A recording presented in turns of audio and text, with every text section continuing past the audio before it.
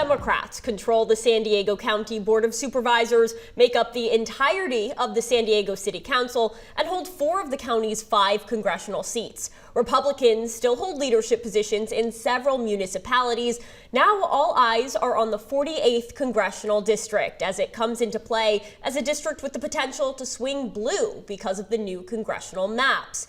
As candidates get ready to duke it out, we're talking to the chair of the San Diego Republican Party, Paula Whitsell, about her party's strategy to tighten its grip on the new district. Thank you so much for being here. Thank you for having me. Let's look ahead to 2026 as we wrap up 2025. Where is your focus? Well, we have a lot of local races. As you said, we have mayor's races, city council races. So we have a lot of things going on for 2026. It is a gubernatorial cycle as well. So we will have elections for the governor of the state of California, which should prove to be very interesting as well. We have 2 very strong candidates on the Republican side, Steve Hilton and Sheriff Chad Bianco, who are polling well as well. And I think Californians are ready for a change.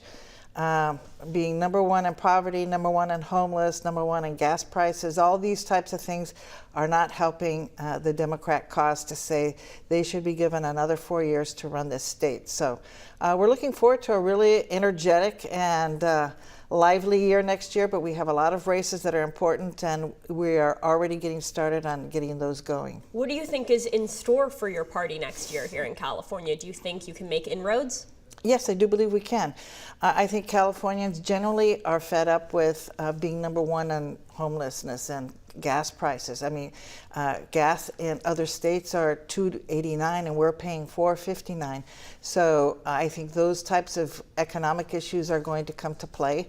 And we saw in the last election a significant shift towards the Republican side for communities, Hispanic communities and various communities that are typically more conservative. And now they realize that these policies are not working for the normal working class person, and it's becoming too expensive here in California, and so something has to change.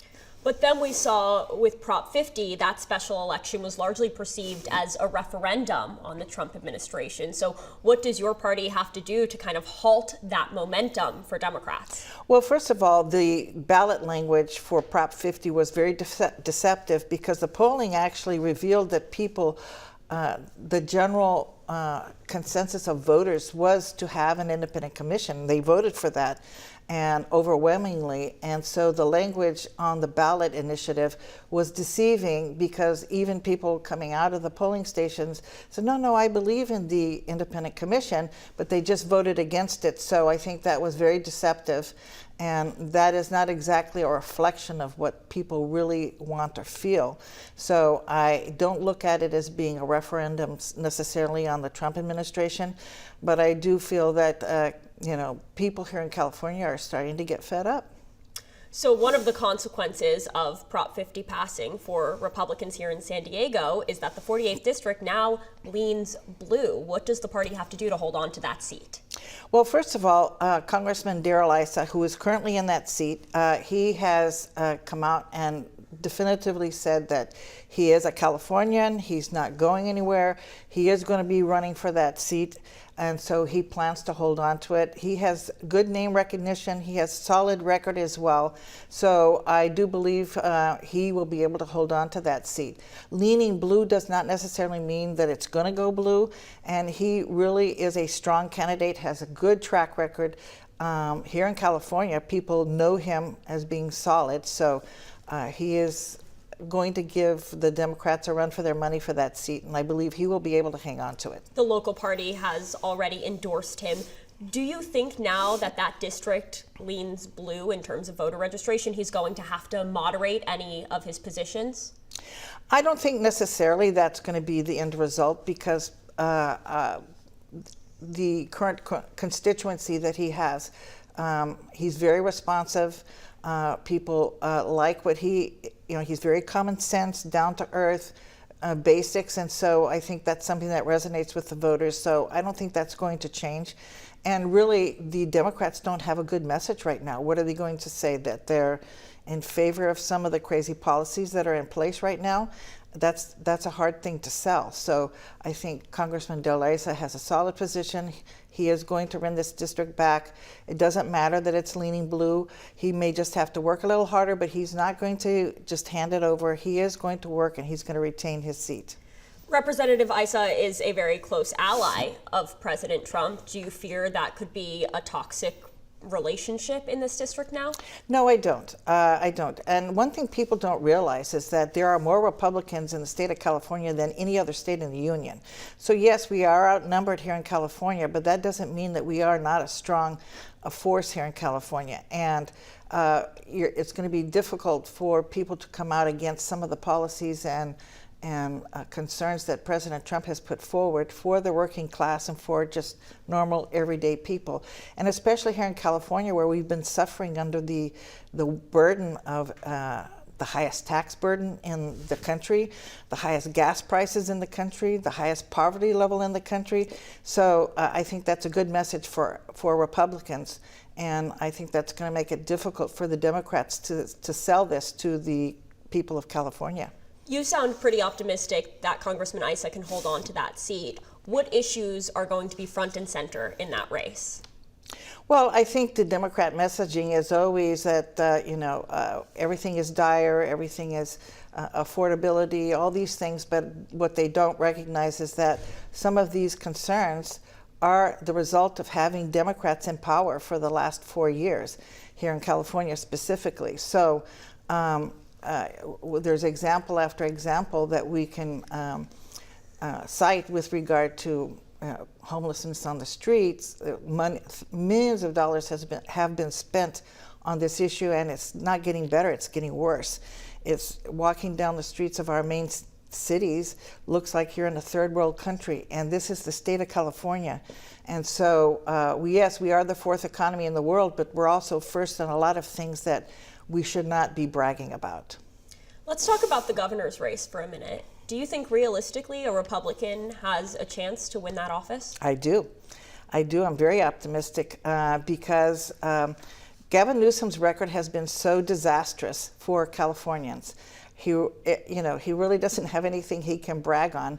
And some of the Democrats who are running for this seat for governor of California, you have Eric Swalwell. He doesn't even live in California, and he has other issues that everyone knows about. You mean he doesn't live in California because he's a congressman in D.C.? His district is in California. Yes, but to be a congressman in D.C., you're supposed to live in your state. You don't have to live in your district, but you do have to have a residence in your state. So, and we have Katie Porter, who blew up, imploded on camera in front of Californians. So you have candidates that are not really strong in terms of their relationship with the people of California. And I think that Steve Hilton and Chad Bianco have a better message. And I think they are going to give the Democrats a run for their money. It's not going to be a walk in the park for them. There are a lot of races next year that you've got your eyes on. It's going to be a busy year. How does the local party delegate resources? Well, first of all, right now we're in candidate recruitment mode, so we want to make sure we have a strong Republican candidate for every office that's going to be open next year. So we've been doing a lot of candidate training. We've been doing a lot of candidate recruitment to make sure we have someone in every office that's going to be open, because as we saw during COVID, even Parks and Recreation and some of the offices that people don't pay attention to really had an impact on our daily lives. So we need to have a good, strong Republican in every spot that's going to be open next year. So that's what we've been doing this year, is really focusing on candidate recruitment, candidate training to make sure we're ready to go next year. You have mentioned the high gas prices here, obviously a major issue for people, regardless of party. What policies are you advocating for to make gas more affordable amongst any other cost of living changes here? Well, the gas tax that we have here in California is the highest. It's higher than Hawaii, God's sakes. And Hawaii gets their petroleum has to be shipped in. So there's a lot of policies that are directly connected to and related to the state of California that are on top of the normal taxes that you see on gas. And so I think those things have to be revisited. One thing that people are not paying attention to, the recent budget that Gavin Newsom put through is going to create a huge deficit for the state of California, but embedded in that is a vehicle mileage tax. So people are going to be surprised when they get their bills next year that they're going to be paying for every mile that they drive in the state of California. So the solution that the Democrats have for every problem, every concern, is raise taxes. And at some point, people are exhausted and they have nothing more to give. So I think revisiting those policies is going to be the first step in making California more affordable. How would having a Republican in the state's highest office change that? Well, a lot of these things are commissions, and like the California Coastal Commission, some of these commissions, some of these environmental impacts are all done through these commissions, and the governor will have a strong influence and impact on some of these commissions and decisions that are being made without the vote of the people. And they have a very significant financial impact on our daily lives. And so just having common sense, rational, sane policies in Sacramento and proposing these policies, and the governor not signing off on every crazy thing that the Democrat supermajority wants to do in Sacramento, is a start. A lot of cost of living decisions, I'm thinking about housing specifically, are made at a hyper-local level or at a state level, not necessarily at a federal level. Do you think people at home recognize that? Well, what impacts local prices is availability, and when you have reduced availability, the natural impact is going to be that the prices are going to go up, whether it be rentals, whether it be housing.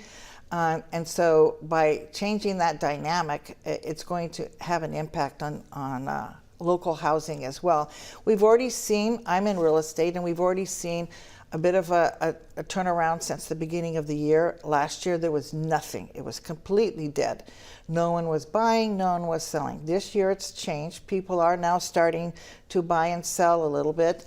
The market is starting on an upward curve, and so that is going to ultimately help affordability as well, because you're going to have more housing availability. One of your party's major platforms statewide right now is voter ID. That's correct. Why is the party investing so much time and energy into that? That has been a huge focus for us here this year. We've spent a lot of time and resources in making sure we get the signatures to get that on the ballot. It will be on the ballot in November of next year. The voter ID, it's a crazy thing that people even question this, because you can't get on a plane, you can't do anything without identifying yourself, but yet you can vote in the state of California without providing ID. So the voter ID creates a system where, since we do have mail-in ballots here in California, we have a lot of orphan ballots, ballots that come to people's homes or places of business where the person has moved on, the person has passed away. I want to say that the estimate that there's about 2 million orphan ballots that are out cycling around during every election cycle. What happens with those orphan ballots is they're often gathered up and filled out and turned back in, and the voter ID will eliminate or greatly reduce the problem of orphan ballots, because it's going to require that a person provide one of 7 IDs, and so they will provide the last 4 digits of whatever ID that they choose. So if someone receives a ballot and they're trying to turn it back in, they're going to need to know which of the 7 IDs that the person chose and what are the last 4 digits of that ID in order to turn in that orphan ballot. So it's going to make it a lot more difficult. The second thing that's going to change that dynamic is, in this ballot initiative, the registrar of voters is going to need to do an audit every 2 years. And so that is going to be crucial at keeping the voter rolls clean with active current residents here in the state of California, in your county. And so that's going to have a very big impact on making the elections fair and honest.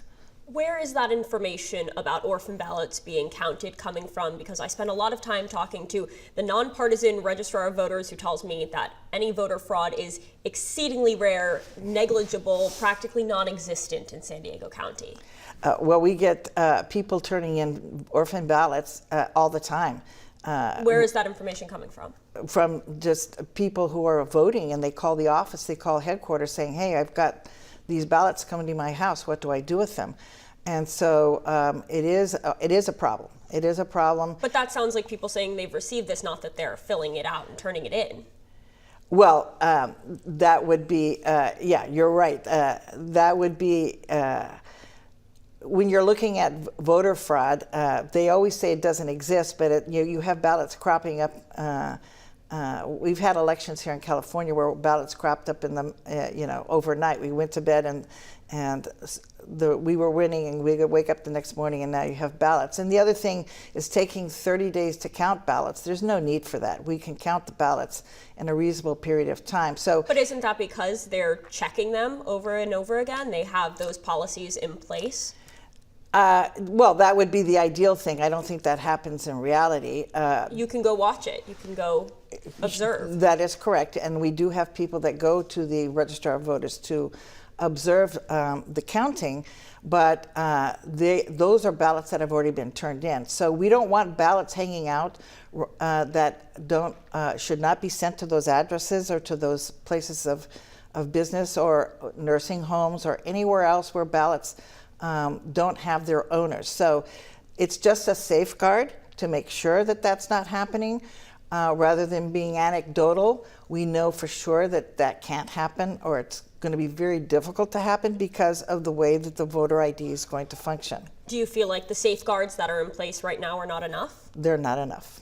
And do you not believe the registrar when we're told that? They may not know, because if the ballots are turned in, how do they know? They don't check. Well, they're checking the signatures. Not necessarily all of them. We're told that they do. Well, we've seen signatures go through that are not necessarily verifiable, but there's no way to check for sure. But if you have a system in place like this, there's no doubt it's going to be verifiable, because you do have to present an ID. We've had people show up to vote and somebody else has already voted. And so, you get all these anecdotal stories of people that are trying to vote, and these incidences are happening. But without voter ID, there's no way to verify. So it's difficult for a registrar of voter to say, yes, this is happening or this is not happening, when there's no way to verify. How do you respond to concerns that voter ID laws could disenfranchise particularly minority voters? I have not yet heard of any single person who needs an ID, has not been able to get an ID, because here in the state of California specifically, if you are not able to get an ID, they will give it to you for free. So that excuse is just an excuse to sidetrack the issue, which is you should have to identify yourself in order to exercise your civil responsibility of voting. Do you think this stands a real chance in California? I do, because in the polling that we've done, of course, a very large section of the Republican Party is in favor of this. But interestingly enough, I think, don't quote me, but I think it's like 58% of Democrats believe also that you should have to show your ID to vote. Let's talk about immigration for a minute. Do you endorse the Trump administration's immigration policies and how they've played out here in San Diego?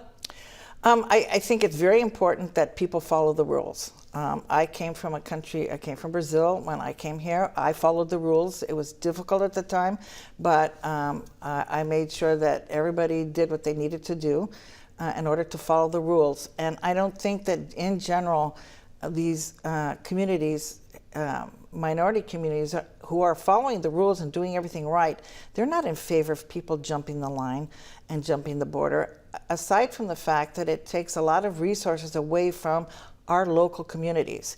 So if you have people jumping the line and taking resources and mental health insurance and that sort of thing away from the people who actually need it, who are here legally, then that's not fair.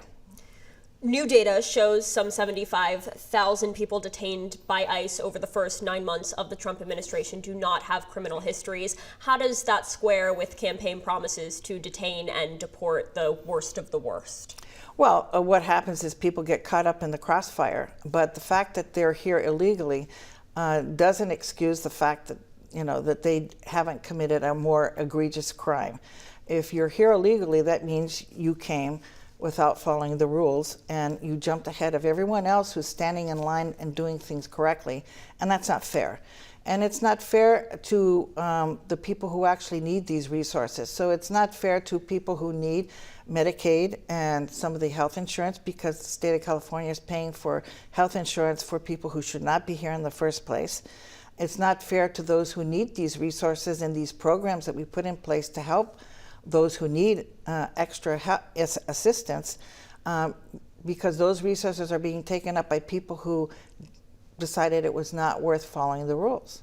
San Diego is a border city, border county, binational city, binational county, and our economy does rely heavily on immigrant labor. Do you think there is room here for local Republicans to take a slightly more moderate approach than the federal government when it comes to immigration policy? As long as they follow the rules, yes. We are an immigrant community here because we're on the border, and no one is advocating to jump the line. There's a lot of programs and different things that people can do to apply to be able to stay here, and there should be no reason why people don't just follow the rules. Is there anywhere where San Diego Republicans, where California Republicans are not in lockstep with the federal government right now? Well, it doesn't really matter, because these issues, the immigration issues, are federal issues. So we don't really have a say in regard to that. What about other issues? Like, for example? Healthcare. Well, and that's something that's being debated right now in Washington, because the current Obamacare has proven to be a huge failure. And Obamacare was designed to help people who have difficulty getting health insurance, and now it's super expensive. So they're now already looking at other solutions to be able to make it affordable and attainable for just normal, everyday Americans. I guess what I'm getting at is, as the leader of the local Republican Party, are you comfortable pushing back against the federal administration if there is anywhere where you disagree?